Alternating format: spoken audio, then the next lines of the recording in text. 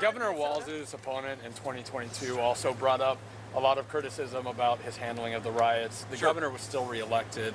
Why do you think that this argument works now against him? Well, look, obviously Minnesota's a bluer state, though if you look at the polling, I think we actually have a chance in Minnesota.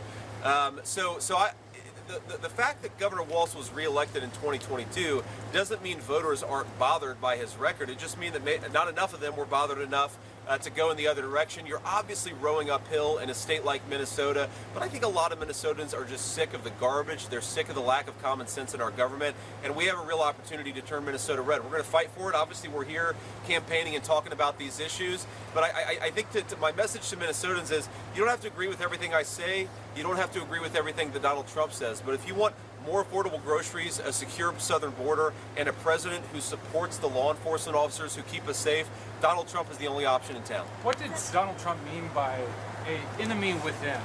How do you interpret that? Well, I think one of the ways I interpret it is in the past 3.5 years, Kamala Harris's open border has allowed at least hundreds and maybe thousands of people that we know are on the terrorism watch list.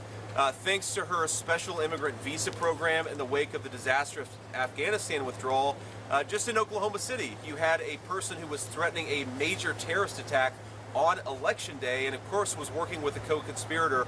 We don't know the full background of the co-conspirator. But in other words, we know that Kamala Harris has let in people into this country who have murdered our fellow citizens, who have planned terrorist attacks against our fellow citizens. The enemy within are people that Kamala Harris let into this country unvetted, unchecked, and undocumented. Senator, a lot of these police departments around here have been having trouble recruiting officers after what happened 4 years ago. How do you help these departments and these communities get officers? You know, I'm not surprised that police officers, not just in Minneapolis, but all across our country, have had trouble recruiting officers over the last few years. I mean, think about what a tough recruiting pitch that is. I'm sure these guys would back me up on it, but come and work for our police force. You're going to get not the greatest pay.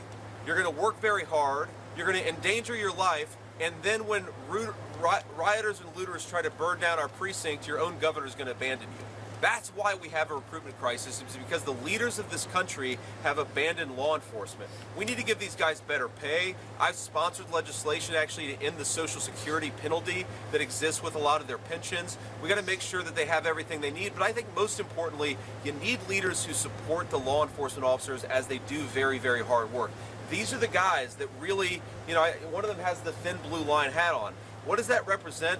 That represents the line between civilization and violence. And these are the guys who preserve our civilization, who make sure that you can walk down the street at night safely. They're the people who make sure your kids are safe in their neighborhoods. If you're not supporting them, you're fundamentally supporting barbarism in our communities. Senator, on this